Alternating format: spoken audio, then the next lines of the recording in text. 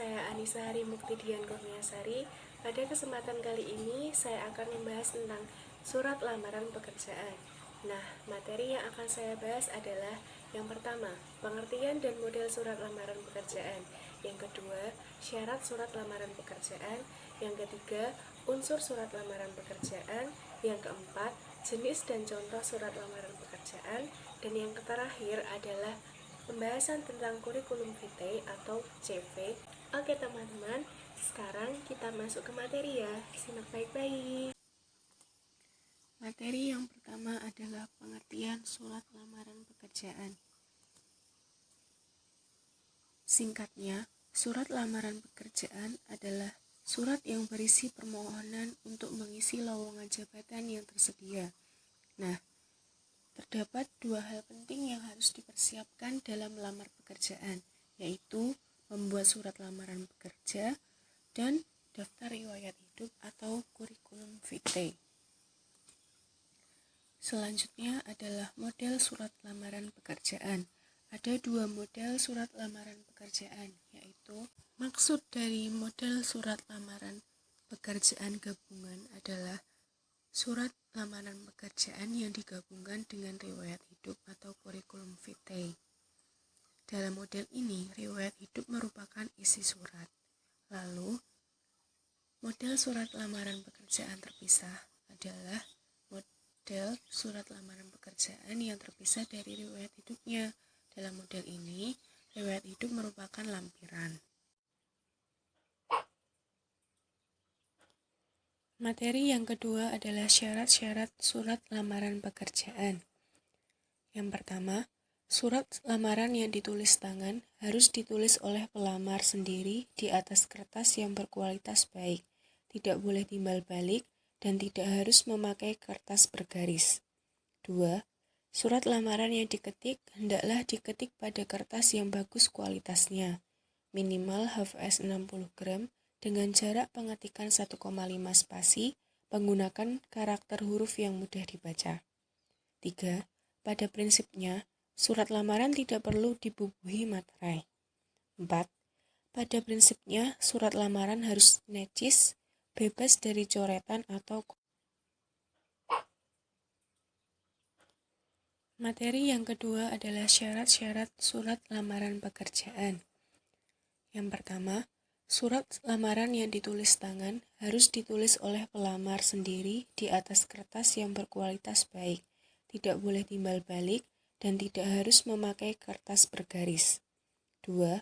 Surat lamaran yang diketik hendaklah diketik pada kertas yang bagus kualitasnya, minimal HVS 60 gram, dengan jarak pengetikan 1,5 spasi, menggunakan karakter huruf yang mudah dibaca. 3. Pada prinsipnya, surat lamaran tidak perlu dibubuhi materai. 4. Pada prinsipnya, surat lamaran harus necis, bebas dari coretan atau koreksian. 5. Isi surat lamaran harus menggambarkan sikap optimistis bahwa pelamar akan mampu bekerja dengan baik. 6. Isi surat lamaran tidak boleh bernada memelas atau minta dikasihani. 7. Sapaan yang dipergunakan dalam surat lamaran pekerjaan ada dua. Yang pertama, Bapak atau Ibu. Digunakan jika melamar pada instansi pemerintah atau perusahaan swasta nasional. Dan yang kedua, menggunakan kata atau sapaan Tuan jika melamar pada perusahaan asing.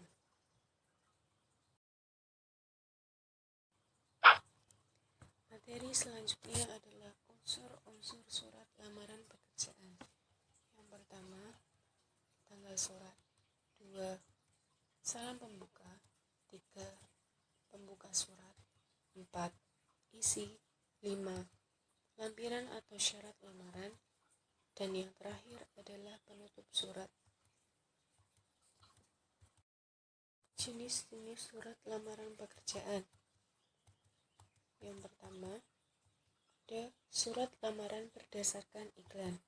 Surat ini adalah surat dari seseorang yang memerlukan pekerjaan atau bisa disebut sebagai pelamar pada orang atau pejabat yang didapatkan melalui iklan. Yang kedua, surat lamaran berdasarkan informasi. Ditulis berdasarkan informasi dari orang lain. Informasi bisa berasal dari dinas tenaga kerja, kerabat, keluarga, dan dari orang lain. Yang ketiga, ada surat lamaran berdasarkan iklan surat kabar. Dan yang terakhir, ada surat lamaran berdasarkan inisiatif sendiri, disusun berdasarkan niatan dari dalam diri sendiri yang ditujukan pada sebuah lembaga, instansi, dan perusahaan untuk mengisi posisi tertentu sesuai dengan kualifikasi yang dimiliki.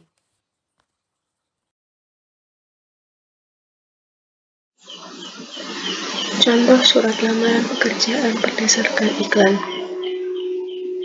Susunannya adalah yang pertama adalah tanggal penulisan surat. Yang perlu diperhatikan adalah adanya alamat pada tanggal tersebut. Lalu tanggal penulisan surat adalah seperti ini. Yang kedua adalah alamat penerima surat. Yang perlu diperhatikan adalah penulisan jalan yang tidak boleh disingkat. Lalu, jika ada nomor jalan pada alamat tersebut, tidak menggunakan nomor. Maksudnya adalah penulisan nomor hanya dituliskan angkanya saja tanpa menyebutkan kata nomor. Lalu berikutnya ada hal. Boleh ditulis hal atau perihal. Pada hal ini, penulisan hal di surat yang benar adalah sebagai berikut. Lalu, kata sapaan atau kata pembuka. Yang perlu diperhatikan adalah adanya tanda koma pada kata pembuka ini. Selanjutnya adalah isi surat. Lalu, data singkat tentang diri. Hal yang disebutkan pada data singkat adalah berupa nama, tempat tanggal lahir, alamat, pendidikan terakhir, telepon, email, dan hal yang lain berupa data singkat tentang diri. Hal yang perlu diperhatikan adalah penulisan pada awal kata di sini menggunakan huruf kecil karena merupakan sambungan dari kalimat ini. Lalu, selanjutnya adalah bagian yang menyatakan referensi sebagai bahan pertimbangan. Dapat berupa daftar riwayat hidup, fotokopi kartu tanda penduduk, fotokopi ijazah, fotokopi surat keterangan kesehatan, dan foto berwarna. Selanjutnya, jika sudah selesai menulis isi, maka kita akan sampai pada penutup surat. Lalu, di bagian ini ada salam penutup dan nama terang penulis surat. Selanjutnya adalah kurikulum vitae. Pengertian kurikulum vitae adalah sebuah dokumen yang memberikan gambaran mengenai pengalaman kerja secara singkat, sekaligus menjelaskan mengenai daftar riwayat hidup yang umumnya digunakan untuk bahan referensi dalam melamar atau mencari pekerjaan. Fungsi dari CV adalah 1. Untuk memperkenalkan diri kepada perusahaan. 2. Untuk mengklasifikasikan pelamar berdasarkan jenjang pendidikan dan pengalamannya. 3. Untuk mengetahui kemampuan dan keterampilan pelamar. 4. Untuk mengetahui nilai gaji yang pantas bagi seorang pelamar.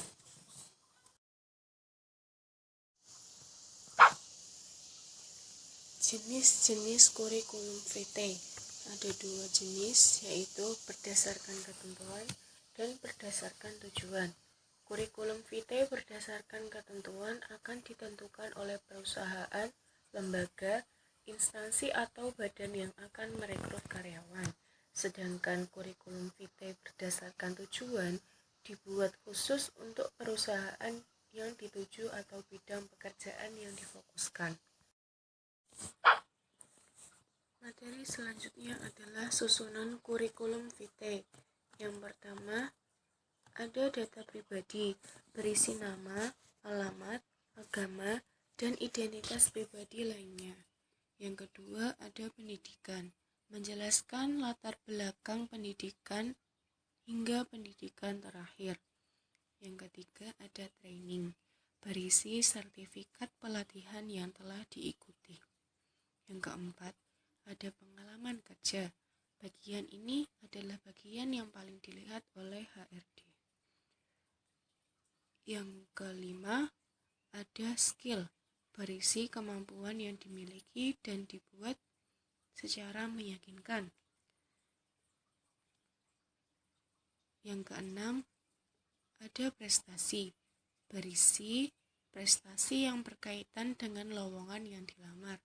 Dan yang terakhir adalah organisasi, berisikan organisasi yang pernah diikuti atau sedang diikuti. Contoh daftar riwayat hidup atau kurikulum vitae berisi tentang data pribadi, pendidikan, kemampuan, pengalaman organisasi, serta penutup, lalu salam penutup, serta tanda tangan dan nama terang.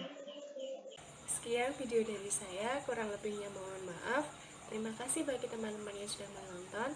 Semoga bermanfaat. Assalamualaikum warahmatullahi wabarakatuh.